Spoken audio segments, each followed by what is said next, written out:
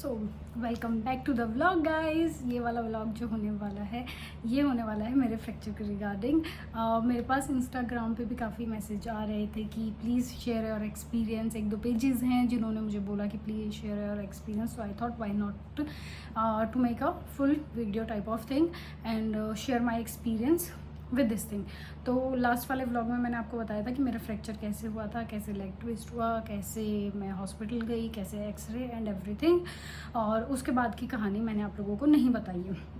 ठीक है, at that time I was having जो कच्चे वाला टेम्प्रेरी प्लास्टर है वो वाली चीज़। And if you are a new to this channel then please don't forget to like share and subscribe to my channel. तो बहुत सारे लोग जो हैं वो मेडिकल फील्ड से होंगे जो देख रहे होंगे ये वीडियो, तो obviously they know this thing. और बहुत सारे लोग जो हैं वो नॉन मेडिकल फील्ड मतलब मेडिकल फील्ड से नहीं है, नॉन मेडिकल फील्ड से हैं, तो they don't know about this thing. तो मैंने सोचा कि उनके साथ अपना एक छोटा सी जर्नी जो है वो शेयर कर देते हैं।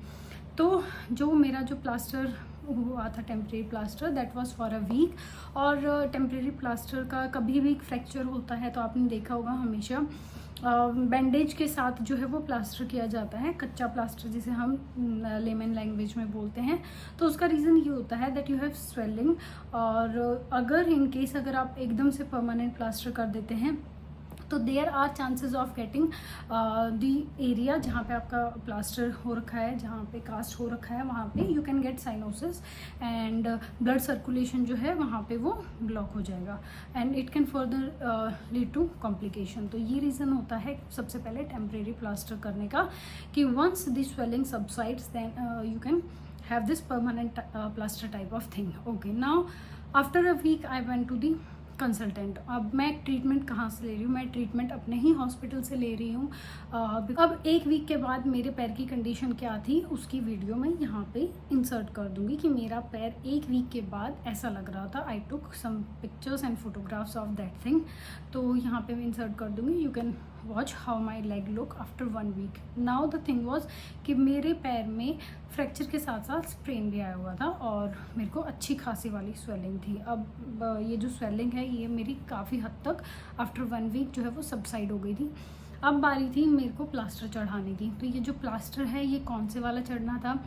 फर्स्ट ऑफ ऑल जिन्होंने पिछली वाली वीडियो नहीं देखी उनको बता देते हैं कि मुझे जो है वो है मेटाटार्सल बोन का फ्रैक्चर है and that's a Jones fracture.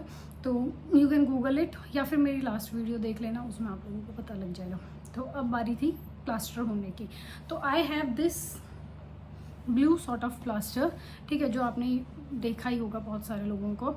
और इस प्लास्टर को बोलते हैं फाइबर कास्ट प्लास्टर। ठीक है, ये वाला जो प्लास्टर होता है ये एक होता है पीओपी प्लास्टर, एक होता है फाइबर कास्ट, और एक आजकल जो मतलब नॉट आजकल काफ़ी टाइम से चल रहा है बट काफ़ी लोगों को इसकी नॉलेज नहीं है, दैट्स अ बूट कास्ट। ठीक है, 3 ऑप्शन होते हैं हमारे पास। तो जब आप किसी प्राइवेट सेक्टर में जाते हो तो यूजुअली डॉक्टर ये ब्लू वाला प्लास्टर करते हैं, फाइबर कास्ट वाला प्लास्टर करते हैं। और उसके बाद जो है अगर फ्रैक्चर बहुत ज़्यादा है पैर वैर का तो दे विल रिकमेंड यू कि आप जो है बूट कास्ट यूज़ करिए अगर पैर का है तो। ठीक है, हाथ का है तो उसके लिए मतलब हर फ्रैक्चर का अलग अलग ट्रीटमेंट एंड अलग अलग थेरेपीज़ होती हैं depending on, I am talking about my fracture. ठीक है, तो यहाँ पे जो मेरा जो प्लास्टर है ये फाइबर कास्ट प्लास्टर है और मुझे इसकी जो कॉस्ट पड़ी है it is less than 2000 rupees.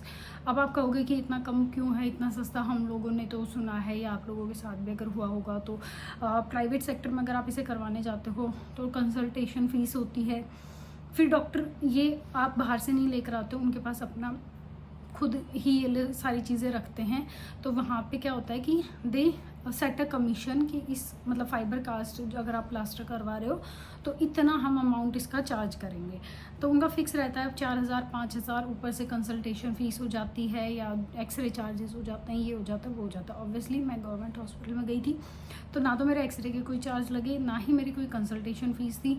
बस मुझे जो फाइबर कास्ट का ये है ये मुझे बाहर से सारा सामान खरीदना पड़ा था। In government setup you don't get this thing and अगर आप ये बाहर से अफोर्ड कर सकते हो जो भी पेशेंट्स होते हैं तो डॉक्टर ऑब्वियसली ये वाला प्रेफर करते हैं। But there are few patient those who can not afford this thing, तो वो क्या करते हैं पीओपी वाला जो प्लास्टर है वो लगा देते हैं। Now what is the difference between a POP plaster and fibre cast plaster? ये जो प्लास्टर होता है it is much light weighted and इसमें से जो हीट जनरेट होती है ना वो काफ़ी कम होती है। वो एकदम से जैसे पीओपी वाला प्लास्टर अगर आपने सुना है, जो वाइट वाला प्लास्टर अगर लगाते हैं तो उसमें क्या होता है कि काफ़ी ज़्यादा एकदम से ना हीट जनरेट होती है, लोगों को इचिंग होनी शुरू हो जाती है, उनको ऐसा होता है कि बस निकाल दो कैसे भी करके। इस वाले केस में, इस वाले प्लास्टर में ऐसा कोई सीन नहीं है।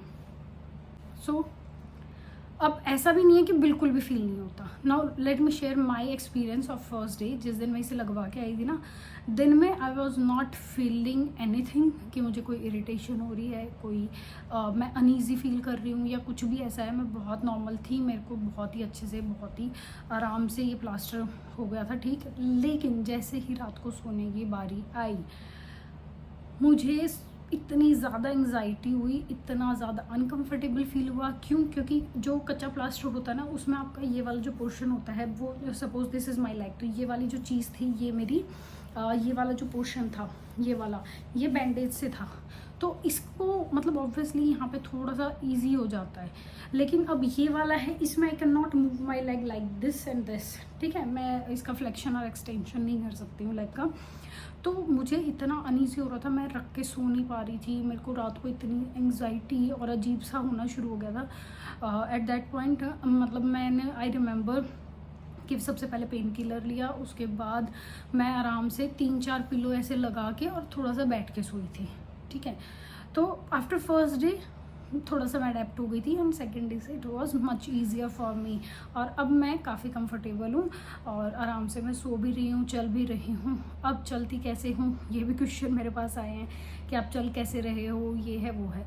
तो देखो, मैं जितनी भी मेरी इंपॉर्टेंट चीज़ें हैं मैं सिर्फ वही कर रही हूँ, अननेसेसरी मैं नहीं घूम रही हूँ।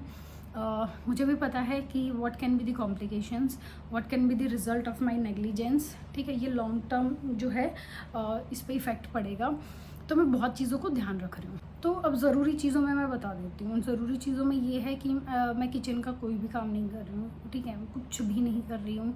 मतलब शायद मैंने अपनी डिलीवरी के बाद इतना रेस्ट नहीं लिया था जितना मैं इस टाइम पे ले रही हूँ रेस्ट, ठीक है। तो and I am taking care of my self, I am eating healthy food.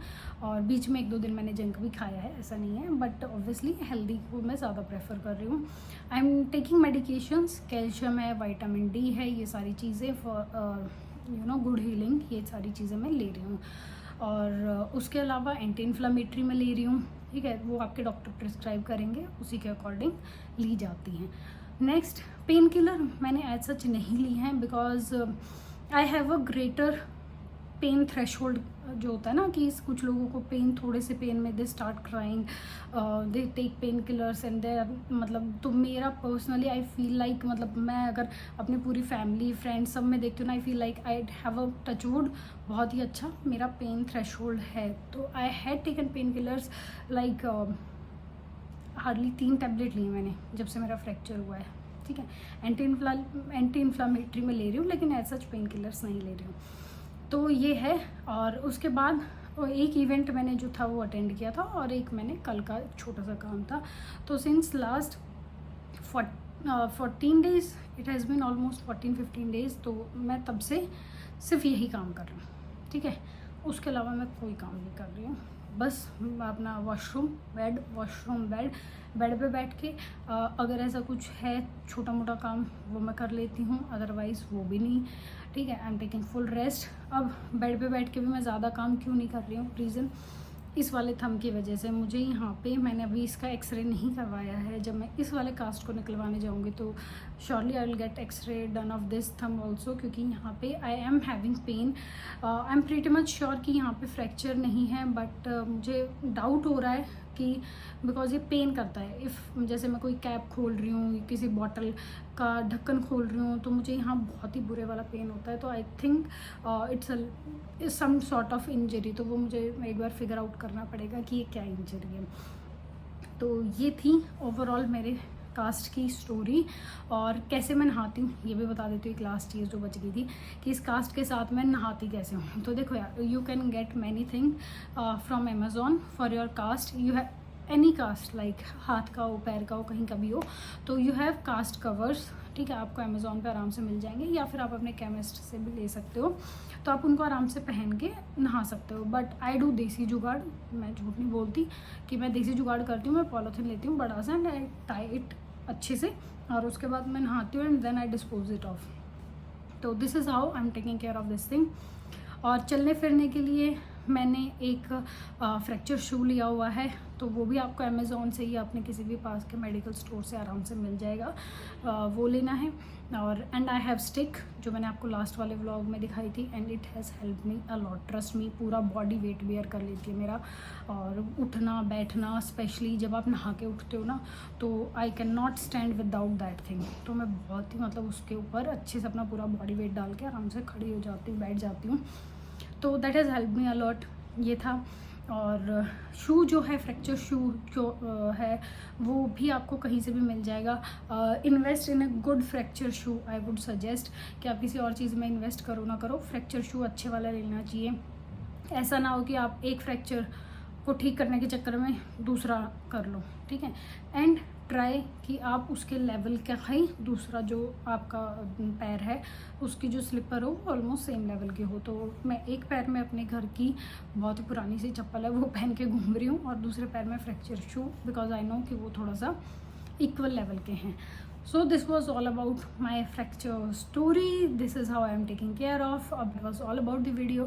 I hope आप लोगों को ये वीडियो अच्छी लगी तो प्लीज़ चैनल को लाइक शेयर और सब्सक्राइब करना मत भूलना। व्लॉग देखते रहना। मिलते हैं नेक्स्ट व्लॉग में। बाय।